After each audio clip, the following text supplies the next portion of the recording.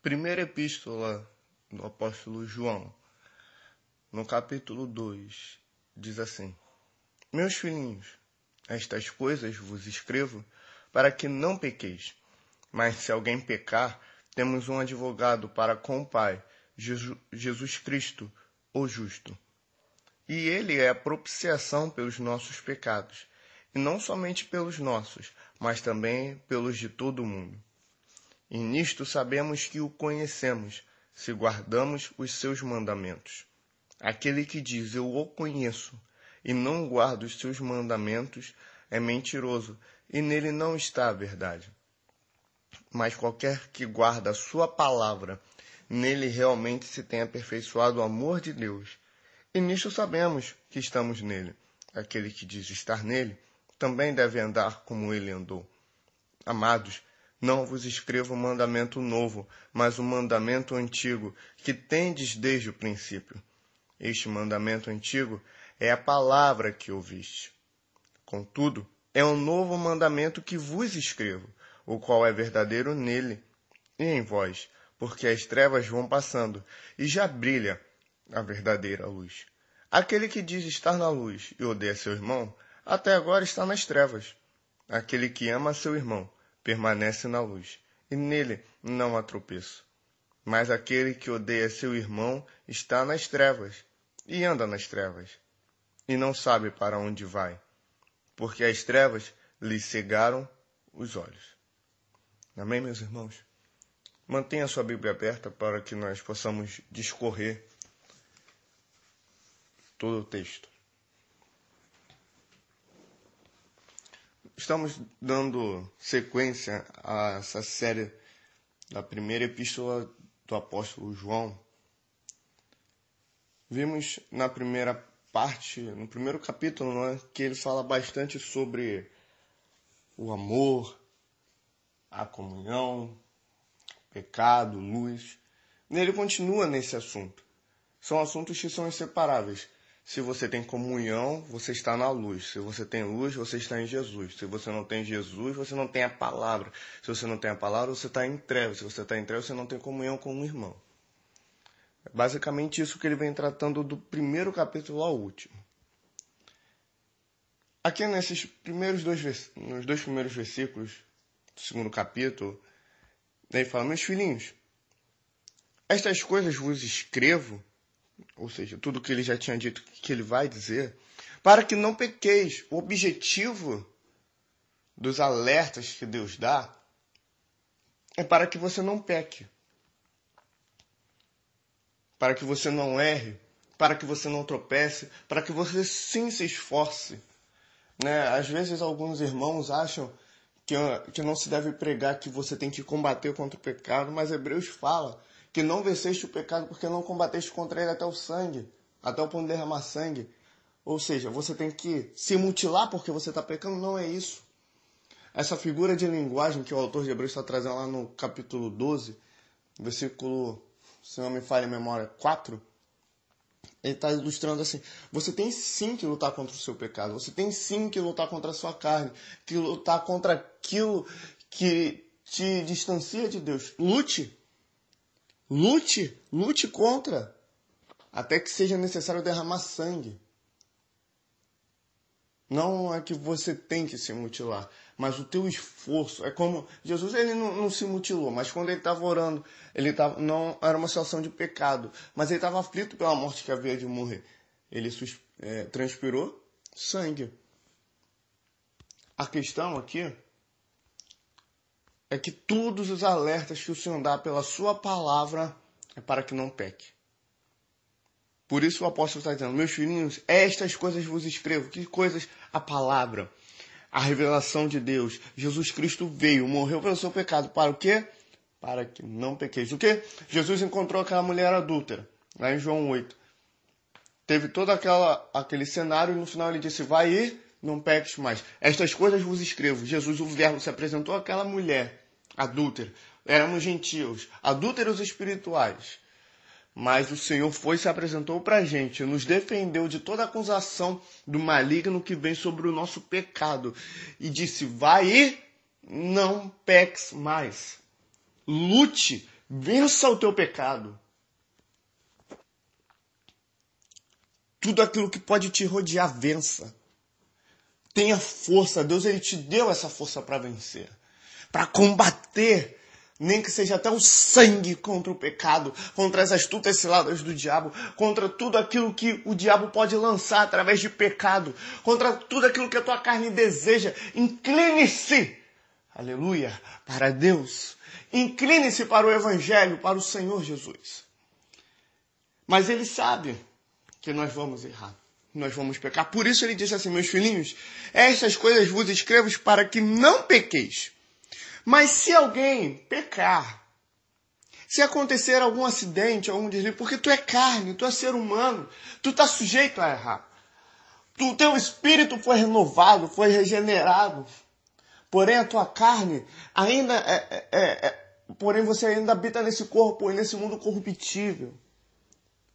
Por isso, se alguém pecar, temos um advogado para com o Pai, Jesus Cristo, o justo.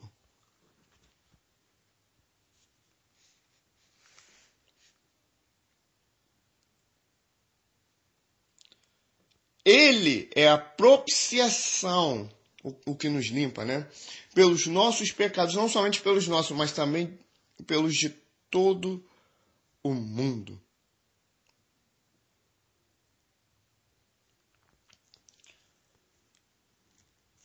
E essa função de advogado, se nós crermos nisso e tivermos só fé, nós não vamos sofrer com as acusações. Não é que nós não vamos sofrer acusações. As acusações virão, mas elas não vão fazer com que nós venhamos sofrer.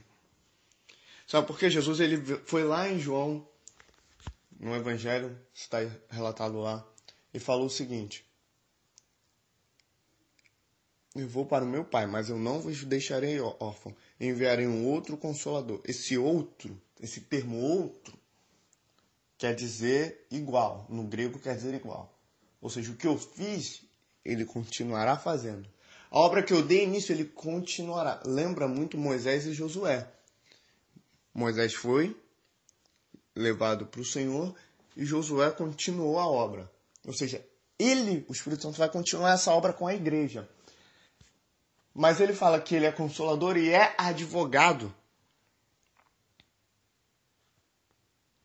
João 14,16. Enviarei outro advogado. Esse outro, ele está nos dando a ideia de que continuará a fazer o que Cristo estava fazendo. Ou seja, temos um paralelo aqui com advogado Jesus e o advogado Espírito Santo. Só que aí vai o incrível. Está escrito que o Espírito seria derramado sobre toda a carne. Está escrito que o Espírito Santo de Deus habita em nós. Então nós temos essa garantia, essa propiciação dentro de nós. Mas o objetivo de Jesus é que não pequemos. Mas se acontecer que pequemos, quando nós pregamos contra o pecado, não é para te dar um medo que você será condenado por isso. Não é para te jogar medo que você será condenado porque pecou. Que se Jesus voltar hoje você fica, não é isso. Que se você morrer hoje você vai baixar o inferno, não é isso. Mas se você tem fé no Filho de Deus, você se esforça para não pecar. Entretanto, a tua carne é tão pecadora que pode acontecer que você peque. E acontecendo que você peque, Jesus, o Jesus da Bíblia, não o Jesus das religiões, não o Jesus dos segmentos, não o Jesus das seitas, não, mas o Jesus da Bíblia, que a Bíblia apresenta, que veio, morreu pelos nossos pecados. Esse Jesus que foi para o Pai e deixou o Espírito Santo que habita em nós. Se é que temos a palavra de Deus, Ele é nosso advogado junto ao Pai.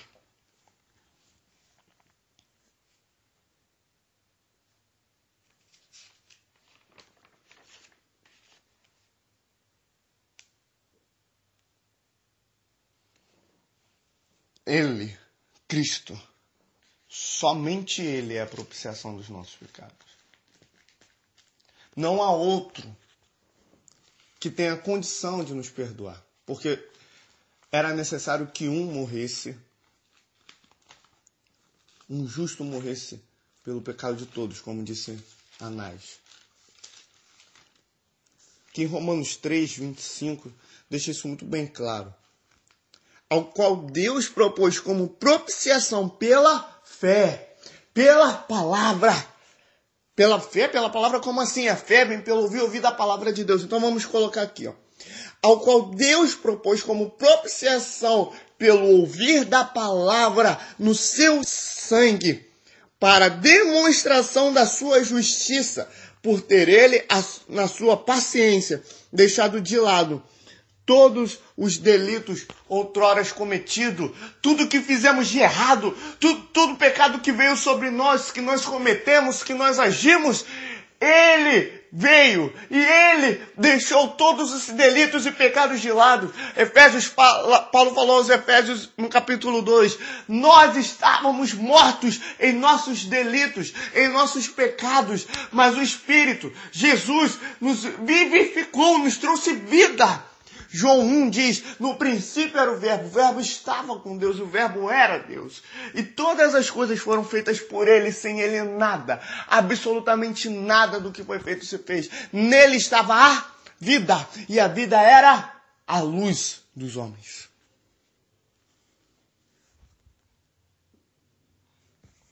Ele é a propiciação, Ele é o nosso perdão.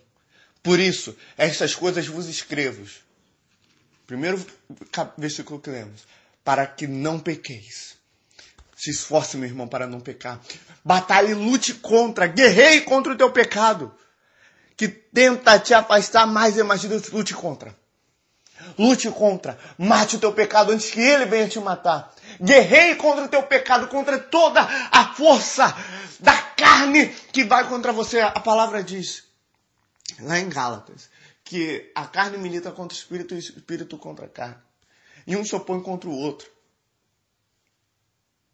Meu irmão, lute. Lute. Lute contra o desejo da carne. Tenha o fruto do... Não são os frutos do Espírito. São as obras da carne e o fruto do Espírito. O fruto é um só.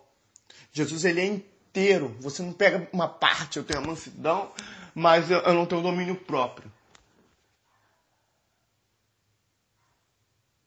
Eu tenho a longanimidade, mas eu não tenho a negativo. Não.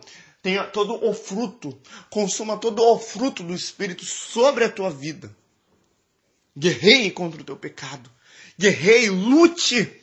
Vença-o. Porque se você tem o Espírito de Deus, se você tem um advogado, se você tem Jesus, se você é propiciado por Jesus, verdadeiramente você vai sim lutar contra o teu pecado. Você vai sim guerrear contra os seus desejos, contra a tua carne. Agora, se você não tem, você vai continuar pecando normalmente. E não vai ligar, porque está escrito.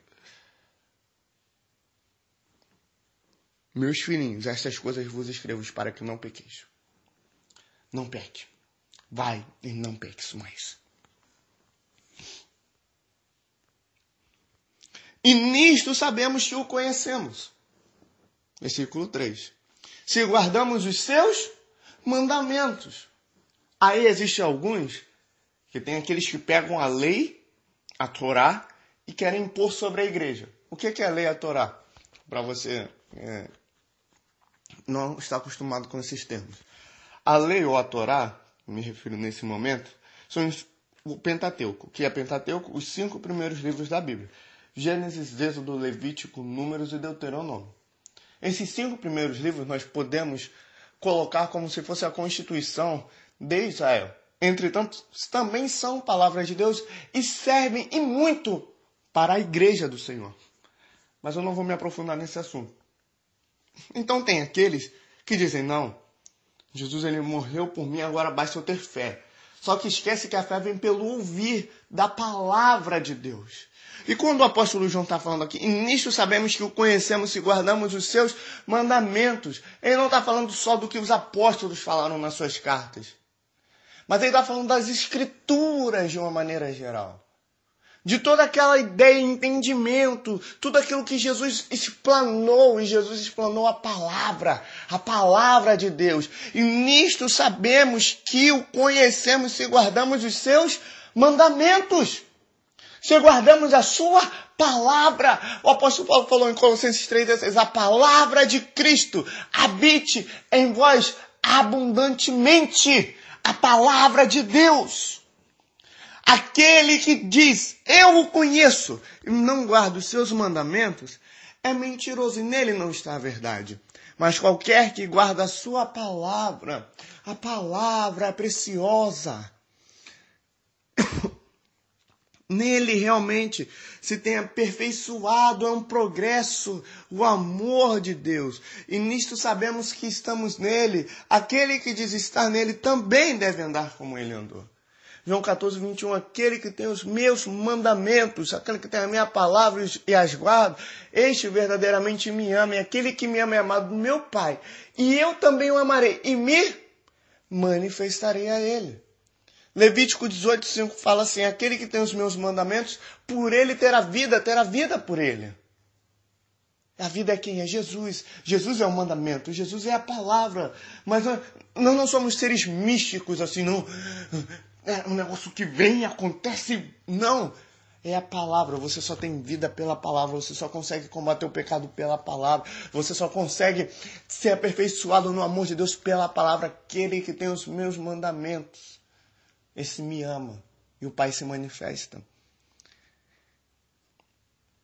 Se nós dizemos e sabemos que o conhecemos, nós guardamos o seu mandamento. Guardar, escondi a tua palavra dentro do meu coração para não... Meu irmão, deixa eu te falar uma coisa. Homens morreram para que a Bíblia chegasse até nós. Morreram. Você acha que Jesus foi crucificado e ela já foi compilada a 66 livros bonitos, fáceis? Não. Demorou anos e anos. Anos e mais anos. As cartas foram escritas, os evangelhos foram escritos. Era um custo muito grande. Você não sabe a luta que foi para que Apocalipse existisse. Apocalipse só está em códigos, em revelações, só para...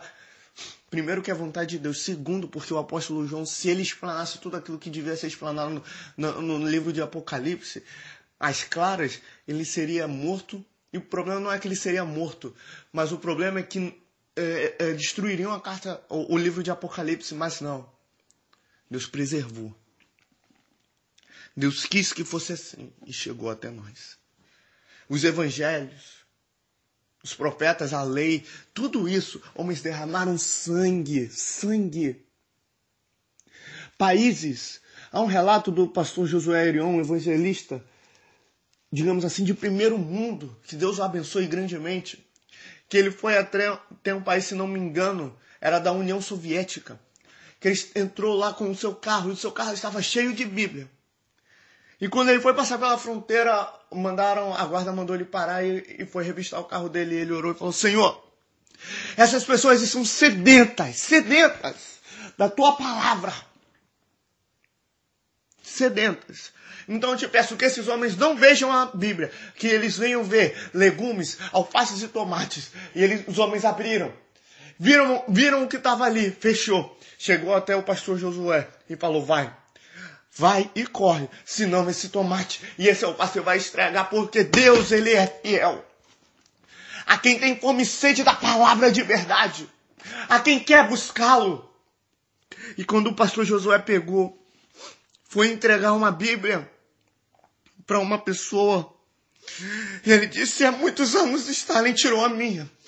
Ele tirou, me dá, é minha. Essa é minha, eu vou conhecer mais de Deus.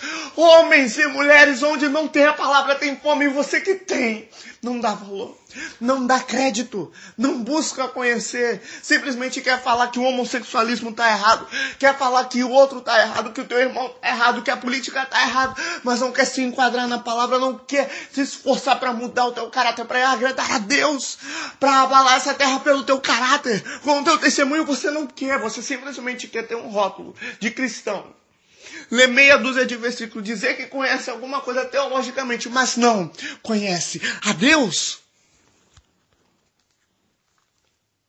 E nisto sabemos que o conhecemos, se guardamos os seus mandamentos. Aquele que diz eu o conheço e não guarda os seus mandamentos é mentiroso, nele não está a verdade. A parte dos mentirosos é o lago de fogo e enxofre, qual é a segunda morte. Mas qualquer que guarda a sua palavra, nele realmente se tem aperfeiçoado o amor de Deus. E nisso sabemos que estamos nele. Aquele que diz estar nele também deve andar como ele andou. Amados, não vos escrevo mandamento novo. Isso não é novo. Andar na palavra não é algo novo que João tirou da cabeça dele, não. Mas um mandamento antigo, que tendes desde o princípio. Isso é desde os antigos, ter a palavra de Deus. Esse mandamento antigo é a palavra que ouviste. Contudo, é um novo mandamento que vos escrevo, o qual é verdadeiro nele e em vós, porque as trevas vão passando e já brilha a verdadeira luz. Levanta-te e resplandece, porque vem vida a verdadeira luz, disse Isaías. E que luz é essa? É uma coisa mística, é uma coisa sobrenatural, que vai me fazer cair e rolar como tem nas igrejas, vai me fazer falar várias línguas, vai me fazer gritar, vai me fazer glorificar. Não é isso. Salmo 119, 105, muito simples. Lâmpada para os meus pés é a tua palavra. É luz para o nosso caminho. Essa luz que vem vindo é a palavra. As trevas são a falta da palavra. Aí quando tem falta da palavra, o pecado vem, você não consegue. Por quê? Primeiro versículo, meus filhinhos, estas coisas vos escrevo. Ou seja, meus filhinhos, estas palavras estão aqui. Essa palavra de Deus para que você não peque, para que você lute e guerreie contra o teu pecado. Mas você só luta e guerreia contra o pecado através da palavra de Deus.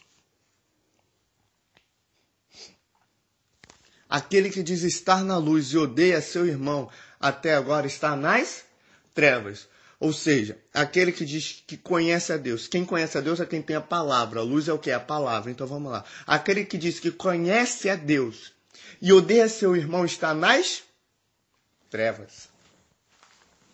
Ou seja, vamos continuar. Aquele que ama seu irmão permanece na luz e nele não há tropeço. Mas aquele que odeia seu irmão está nas trevas e anda nas trevas e não sabe para onde vai, porque as trevas lhe cegaram os olhos. É o que diz no primeiro capítulo, no versículo 6. Se dissermos que temos comunhão com ele e andamos nas trevas, mentimos e não praticamos a verdade. Mas se andarmos na luz, como na luz está, temos comunhão uns com os outros. E o sangue de Jesus, seu Filho, nos purifica de todo o pecado. Meu irmão, para você amar de verdade, amor incondicional, você tem que estar na luz. Só está na luz quem tem Jesus, e só tem Jesus quem tem a palavra. E somente assim você guerreia contra o pecado, anda em luz, anda em comunhão, anda em amor. Bem-aventurados limpos de coração, porque verão a Deus. Bem-aventurados pacificadores, porque serão chamados. Louvado seja o nome do Senhor, filhos de Deus.